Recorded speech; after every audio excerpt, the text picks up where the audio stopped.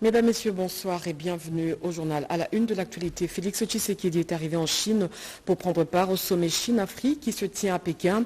Une première visite du président de la République depuis son mandat qui vise à redéfinir les bases du partenariat entre la RDC et le géant asiatique.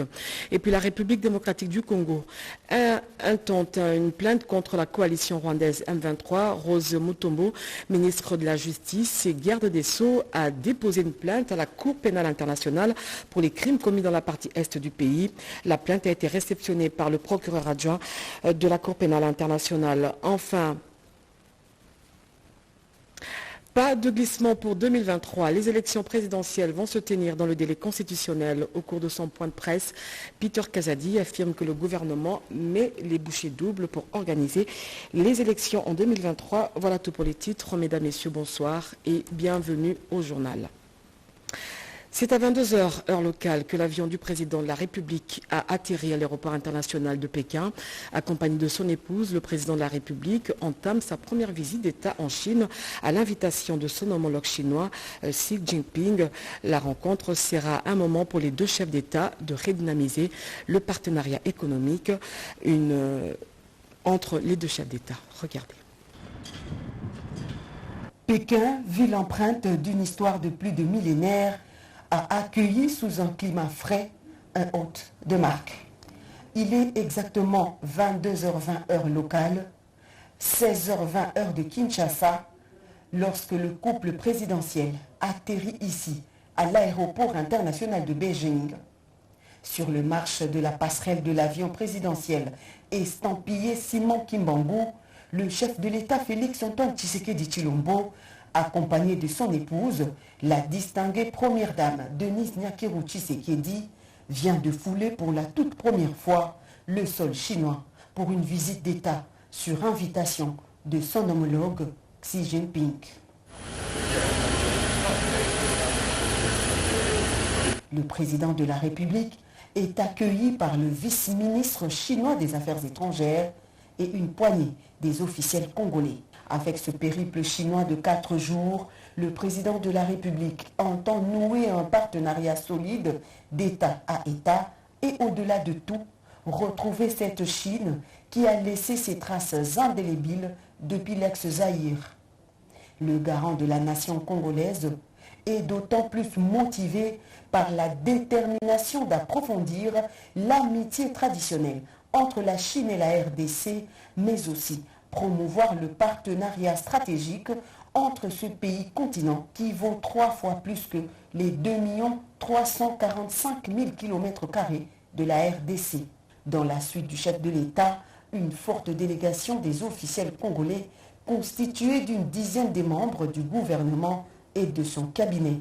Côté gouvernement, l'on note la présence de 2 vice-premiers ministres, celui des Affaires étrangères Christophe Lutundula et son collègue de la Défense nationale Jean-Pierre Bemba Gombo. Il y a également la ministre d'État à l'environnement F. Bazaïba.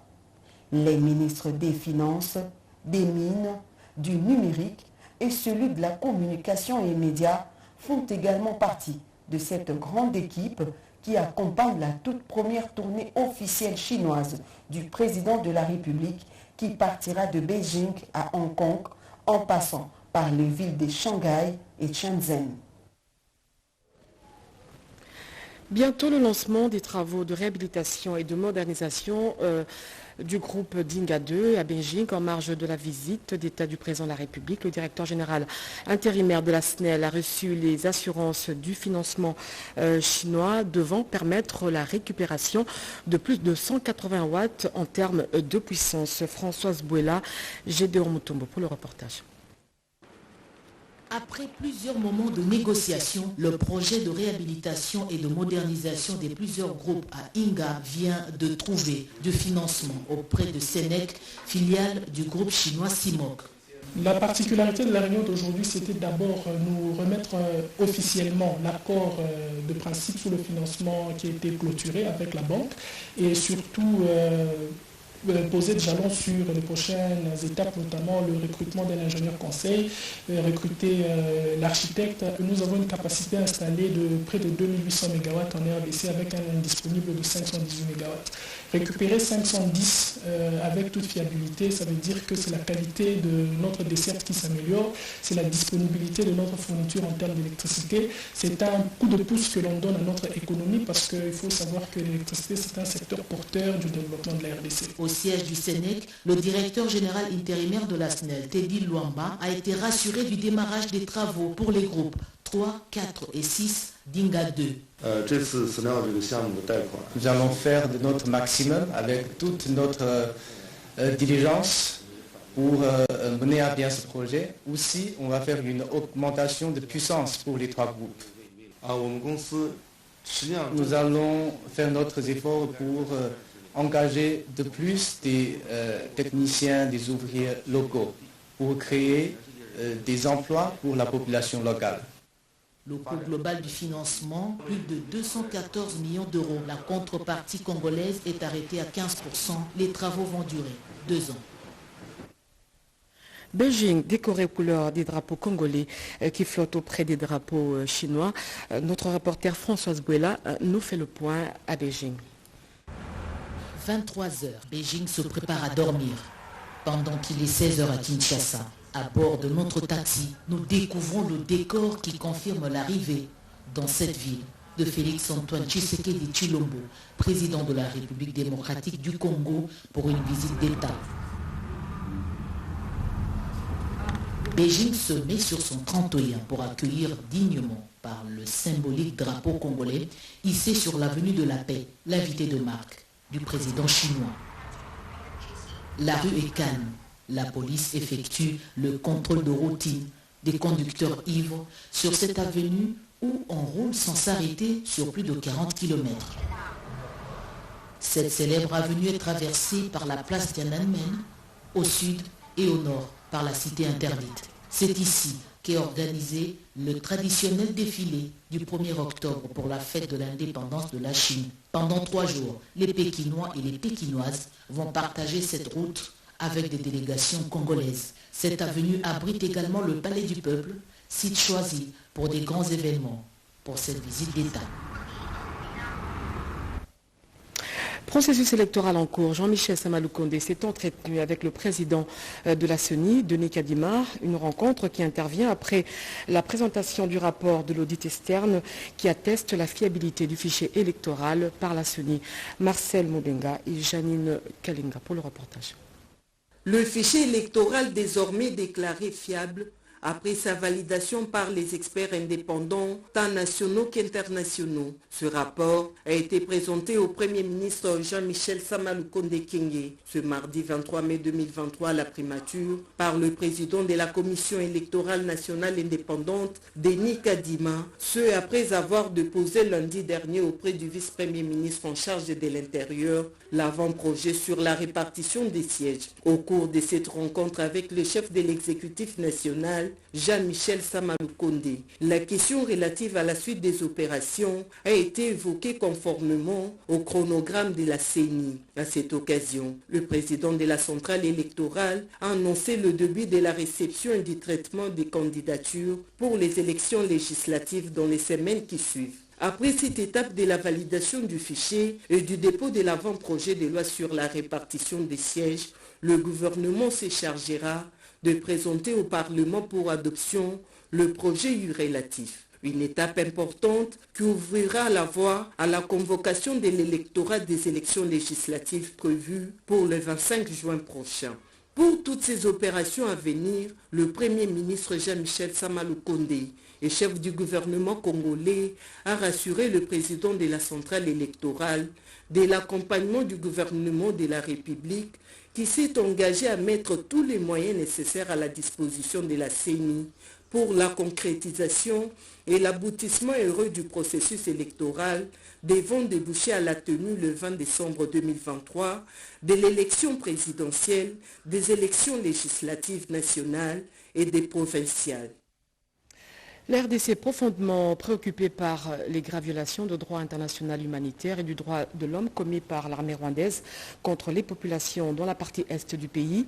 Une plainte vient d'être déposée à La Haye par la ministre de la Justice. La RDC accuse également l'armée rwandaise sur le pillage systématique à grande échelle de ses ressources naturelles par les rebelles du M23 et RDF. José Baïtouambo, Oscar Mbal pour le reportage. C'est peut-être la fin d'une aventure sanguinaire.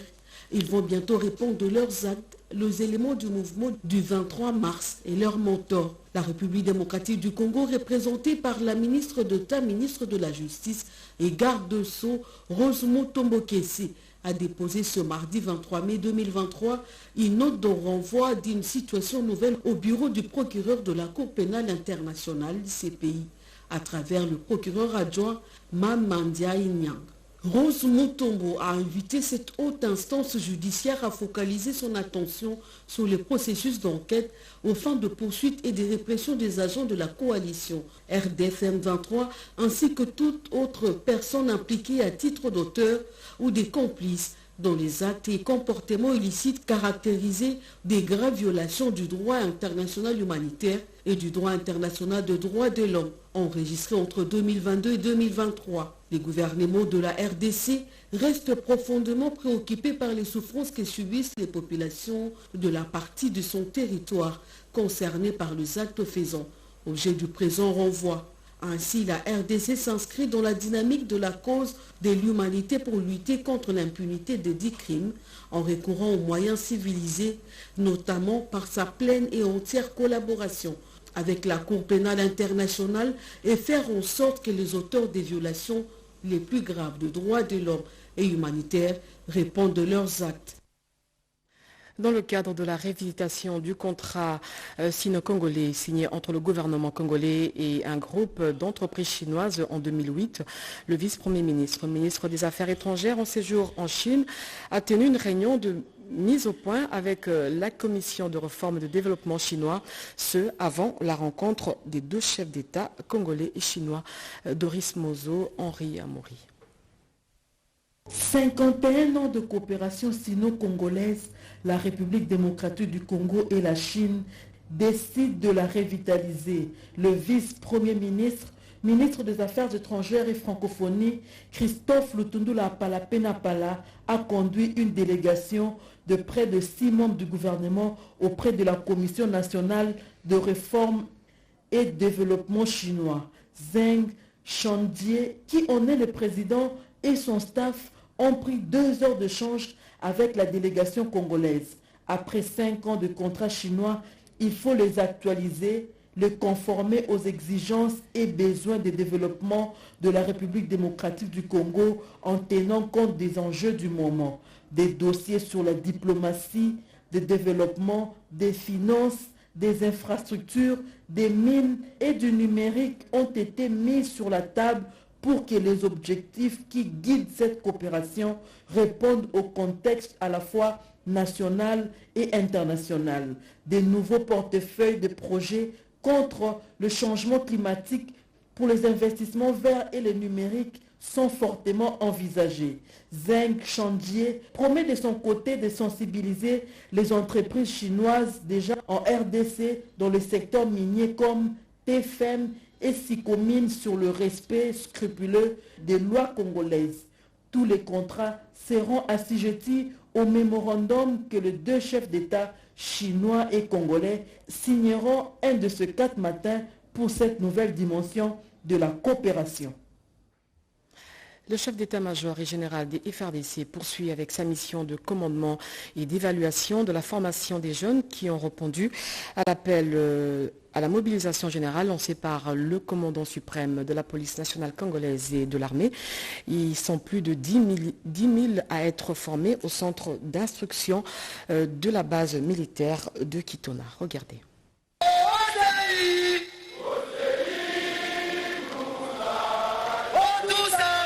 En mission de commandement et de contrôle depuis le lundi 22 mai 2023 à la base militaire d'Ekitono au Congo central, le chef d'état-major général de FARDC a visité près de 10 000 recrues en formation au centre d'instruction de cette base militaire. Le mardi 23 mai 2023, il s'est adressé aux recrues et aux cadres instructeurs. Dans sa causerie morale organisée à la grande parade d'Ekitona, le lieutenant général Chioé Songesa Christian leur a transmis les salutations et les encouragements du commandant suprême Félix-Antoine Tshisekedi pour leur abnégation et leur épanouissement pour la patrie. Ensuite, le général Chioé les a félicités pour la discipline, leur détermination de défendre l'intégrité territoriale de notre pays, leur endurance et leur résilience pendant la formation. Promotion Guépard. Nalingina komisanano mbote ya mokonzi ya mboka. Nayaki kotala bino, namonaki bino denge bozalaki. Lelo pe namoni bino denge bozali. Namoni changement eza na miso na bino. Elongi na bino ezui poso mosusu. Namoni poso ya soldat. Armée eza na mission na yango. Suryo kobima poko présenter ni na mboka. Esengeli pour présenter eloko moko na mboka. Eloko wana c'est protéger la population et défendre l'intégrité territoriale. Soulignons que la visite du chef d'état-major général a pour objet l'évaluation des conditions de vie et de l'état de l'avancement de la formation des recrues. Bien avant sa prise de parole, le lieutenant général Ilunga Kampete Igraston, commandant de la base militaire d'Ekitona, a souhaité la bienvenue au chef d'état-major général et souligné les bons déroulements de la formation des recrues. Et puis le coordonnateur adjoint chargé des questions opérationnelles a effectué une descente à Kassando dans le territoire de Lubero. Sur place, il a sensibilisé plus de 1000 ex-combattants cantonnés à Kassando sur le programme PDDRCS. Regardez. C'est une centaine d'ex-combattants qui viennent de répondre au programme du PDDRCS. Nous sommes au centre de désarmement de Kassando, territoire de Lubero au Nord Kivu, où ils sont cantonnés déjà. Quelques heures après l'expression de la volonté exprimée par ces ex-combattants, Soukissanda Mbagé Joseph, coordonnateur provincial adjoint, en charge de questions techniques et opérationnelles, s'est rendu du 12 au 20 mai 2023 sur terrain pour accompagner ces processus. Initiative du chef de l'État Félix-Antoine Tshisekedi pour pacifier l'Est du pays, a-t-il rappelé. Vous savez, il n'y a pas longtemps que le chef de l'État avait créé le PDDRCS. Le PDDRCS qui est un instrument pour accompagner la paix, l'instauration de l'autorité de l'État et la pacification sur toute l'étendue de la République, à commencer par Ituri, Nord Kivu et Sud Kivu. Et voilà, nous les animateurs au niveau provincial, moi comme cordon provincial adjoint en charge des questions opérationnelles, je devais venir me rassurer si les rendus remplissent les critères. Et bien sûr, je les ai trouvés tous en bonne santé et qu'eux-mêmes, ils ont voulu déposer là les armes et venir répondre à l'appel du chef de l'État pour intégrer le programme de désarmement. Et voilà pourquoi je suis très fier de rentrer avec succès pour faire rapport à qui de droit, pour commencer maintenant la démobilisation sur Lubero. Sur place, il a procédé à la sensibilisation. L'assurance de la prise en charge n'a pas tardé. Les conditions de santé sont réunies, comme le prévoit le programme de démobilisation, désarmement et relèvement communautaire et stabilisation que pilote le coordonnateur national Tommy Tambwe Ushidi a martelé Joseph Soukissanda Mbagé. Occasion pour lui de lancer un appel aux jeunes ex-combattants, aux groupes armés et à la communauté locale de s'approprier ces programmes du chef de l'État qui cadrent avec la pacification de la région. Les personnes à mobilité réduite auront leur propre secrétariat général, un projet très avancé, et Jean-Pierre Liaou, vice-premier ministre, ministre de la fonction publique, y tient. Ce dernier était en séance de travail avec son collègue des personnes vivant avec handicap pour mettre en place une administration efficace pour prendre en charge les questions liées à l'amélioration des conditions de vie de ces personnes. Nadine Kilocho, Cédric Kenina pour le reportage. Le processus de la mise en place du secrétariat général des personnes vivant avec handicap connaît déjà le bout du tunnel. C'est ce qu'on peut retenir de la réunion que le vice-premier ministre, ministre en charge de la fonction publique Jean-Pierre Liaou a tenue lundi 22 mai 2023 en son cabinet de travail avec la ministre déléguée chargée des personnes vivant avec handicap. Selon le VPM, le meilleur cadeau à offrir aux personnes vivant avec handicap, c'est de leur doter avant le 30 juin prochain une administration digne et capable de trouver des solutions à leurs problèmes. Pas une administration qui ne sera constituée que des personnes vivant avec handicap. C'est une administration comme toute autre administration, mais qui va certainement faire la différence avec les autres parce qu'elle aura certainement vocation à prendre en compte aussi des personnes vivant avec handicap et à montrer l'exemple à d'autres administrations parce que ce qui est en jeu, c'est aussi l'exclusion à laquelle font face justement tous ces Congolais qui certes peuvent vivre avec des handicaps, et c'est le cas pour beaucoup, sont capables d'être utiles à la nation. Pourquoi ne pas avoir des secrétaires généraux, mais qui soient des personnes à mobilité réduite? Oui, je l'ai dit, c'est une exclusion, c'est un véritable apartheid social qui doit s'arrêter. Pour sa part, la ministre déléguée Irène Sambo s'est réjouie de voir ce processus cheminer vers le recrutement compétitif et qualitatif des agents publics de l'État. Vous savez, les personnes avec handicap doivent fêter leur indépendance. Elles ont été longtemps oubliées, marginalisées, mais le président de la République, Félix-Antoine Tshisekedi Tshilombo, est venu avec une nouveauté de par sa vision.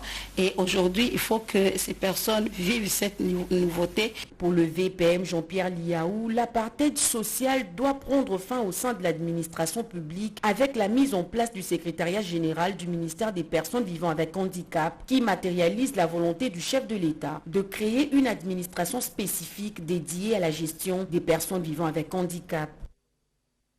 Le processus électoral est irréversible. Le scrutin présidentiel aura bel et bien lieu au mois de décembre. Pour Peter Kazadi, la CENI travaille d'arrache-pied pour organiser les élections dans le délai constitutionnel. Concernant la marche de l'opposition, le vice-premier ministre, ministre de l'Intérieur, fustige le traitement de l'information par certains médias étrangers. Alain Bikaï pour le reportage. D'entrée de jeu, le vice-premier ministre de l'Intérieur et Sécurité a fait le point sur la situation sécuritaire du pays qui reste dominée par l'occupation rwandaise. Maître Peter Kazadi a fustigé du fait de voir les violences de la partie est du pays s'exporter vers l'ouest, notamment dans la ville de Lubumbashi, dans les territoires de Kwamutu et à Kinshasa. Cette situation d'insécurité semble ressurgir dans la partie ouest où nous sommes aujourd'hui. L'insécurité à l'ouest du pays est effective avec le phénomène Mobondo qui a connu sa naissance à Kwamut dans la province de Maïndombe. Ce phénomène s'est étendu dans la ville de Kinshasa et particulièrement dans la commune de Maruku. Concernant les enjeux politiques, les patrons de la territoriale congolaise rassurent que les élections se tiendront dans les délais constitutionnels. J'affirme, pas avec force, mais avec conviction, que le gouvernement de la République entend apporter tous les moyens nécessaires pour que les élections aient lieu, sans passer par ce que nous appelons ici chez nous un quelconque glissement. Ensuite, Maître Peter Kazadi Kankoundé a déploré le traitement déséquilibré des informations liées à la marche de l'opposition du 20 mai dernier par certains médias occidentaux dans le seul but d'éternir l'image du pays. C'est vrai qu'il y a eu violence. C'est vrai qu'on a violenté certains manifestants. Mais c'est aussi vrai que les manifestants ont violenté les forces de l'ordre. Certains médias, comme à l'international, n'ont pas relevé cet aspect des choses que le gouvernement de la République a condamné, le comportement de ces éléments de la police.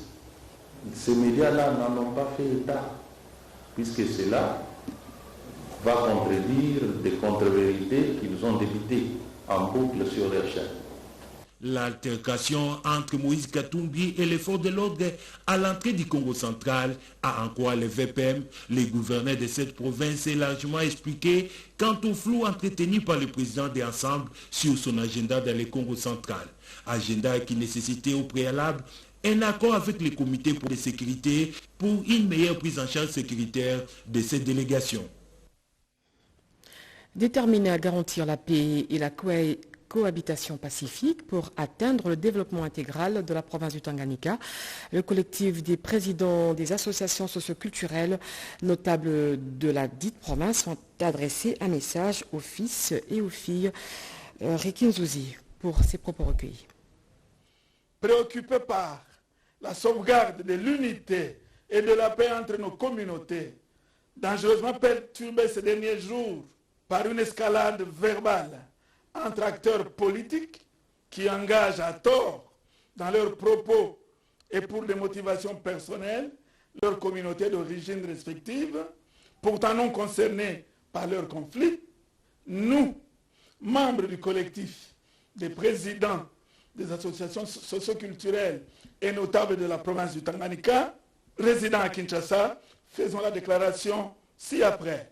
Depuis des temps immémoriaux, nos communautés occupant les 6 territoires de la province du Tanganyika, à savoir Kabalo, Kalemi, Kongolo, Manono, Moba et Nyuzu, ont toujours vécu en paix et en bonne intelligence, condamnant de la manière la plus ferme la prolifération des discours séparatistes et haineux et surtout l'instrumentalisation de nos communautés pour des intérêts sectaires et égoïstes.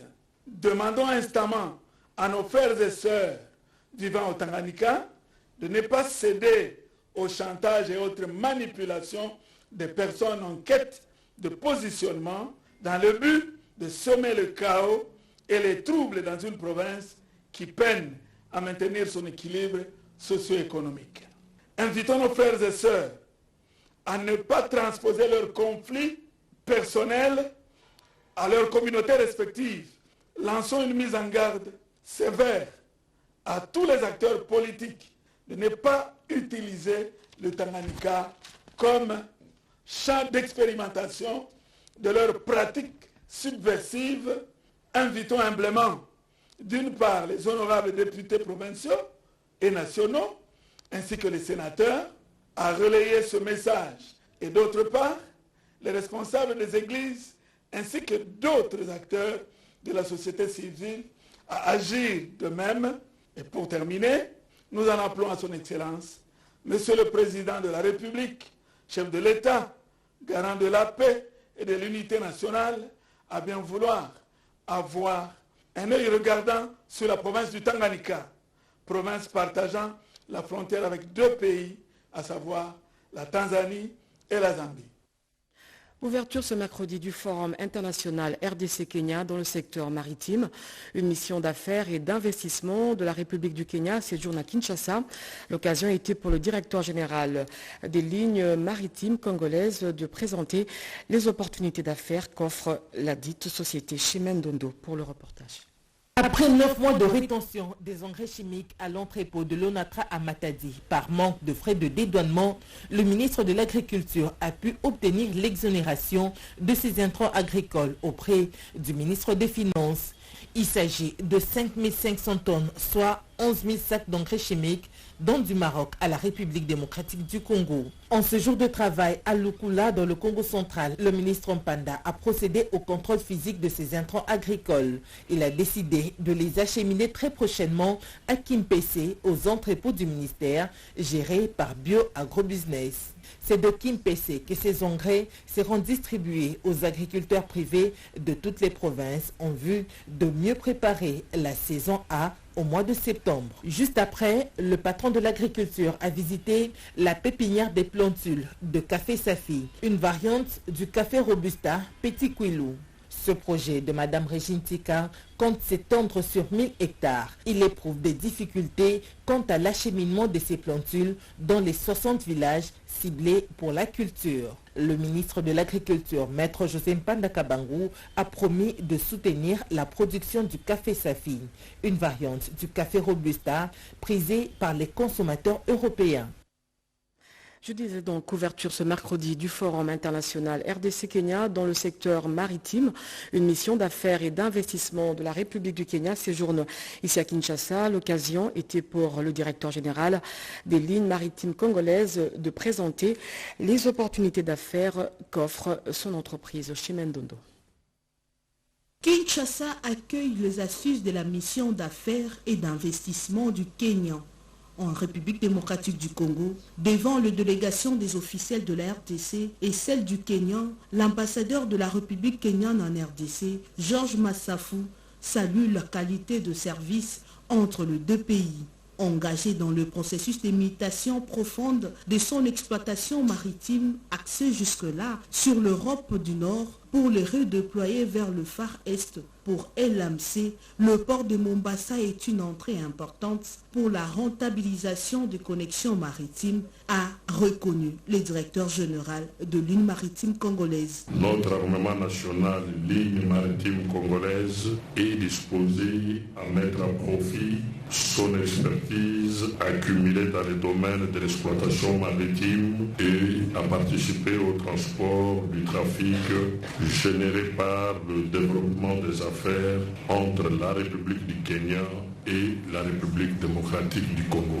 Avec les opportunités d'affaires qui s'offrent dans le secteur du transport maritime et multimodal, l'armement national s'est dit disposé à accompagner toutes les sociétés à l'import comme à l'export. C'est par un tête-à-tête entre le directeur général de LMC, Jean-Claude Mukenzimbi Yamwinza, et l'ambassadeur du Kenya en RDC, Georges Massafu, et le chef de délégation de Nairobi notamment, le délégué du ministère kenyan de l'Industrie, que cette journée s'est clôturée. Didier Boudimbu, ministre des Hydrocarbures, était face aux étudiants de la faculté de pétrole et gaz de l'université de Kinshasa sur l'impact socio-économique de l'appel d'offres des 27 blocs pétroliers et gaziers. Dans son exposé, le ministre des Hydrocarbures a répondu aux préoccupations des étudiants sur l'appel d'offres lancé par la République démocratique du Congo. Jean-Richard Kouali. Le ministre des Hydrocarbures, Didier Boudimbu, accompagné de la vice-ministre Wivine Moleka, a donné de la lumière sur un certain nombre de préoccupations des étudiants du secteur pétrolier de 3 institutions, l'université de Kinshasa, l'Institut du pétrole et du gaz, ainsi que l'université franco-américaine. Les étudiants qui cherchaient à mieux cerner la question du processus de l'appel d'offres lancé l'année dernière sur son impact socio-économique ne pouvaient pas s'y prendre autrement qu'en posant de multiples questions à qui de droit. Didier Boudimbu s'est livré à cet exercice pour expliquer la valorisation du secteur pétrolier et gazier sur le thème impact socio-économique et industriel de l'exploitation des hydrocarbures sur les 27 blocs pétroliers et les 3 gaziers. J'ai vu qu'ils ont l'amour de leur pays, ils ont la passion de leur formation, de ce qu'ils ont choisi comme métier, et je pense qu'ils pourront relever le défi après, ils vont bien le faire. Par cette même occasion, les étudiants de l'UNIKIN de la faculté du pétrole et gaz ont décerné au ministre un trophée de l'homme qui rassure et donne l'espoir aux étudiants de persévérer dans ce secteur. À son tour, le ministre s'est engagé à contribuer à la réhabilitation du laboratoire des étudiants avec une dotation du matériel didactique. Didier Boudimbu est le tout premier ministre des hydrocarbures à avoir organisé un échange avec les étudiants du pétrole et gaz des institutions supérieures. Enfin, développement d'une industrie financière compétitive, innovante et inclusive. C'est le thème du forum du secteur financier en RDC organisé par l'entreprise RDC Stratégie en collaboration avec le ministère des Finances. Merveille Mikombo, Siende Emeka. Ce forum du secteur financier s'est clôturé avec succès ce mercredi 24 mai au chapiteau de l'hôtel Pullman de Kinshasa.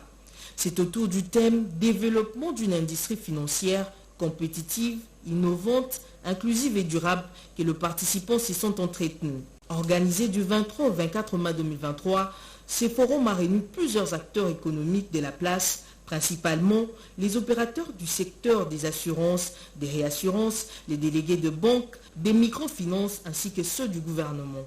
Pour le président de RDC Stratégie, les différentes parties prenantes devraient capitaliser les idées novatrices qui en découlent pour une finance plus innovante. Ici, nous sommes en train de créer ces dialogues bilingues entre public-privé, privé-privé et public-public.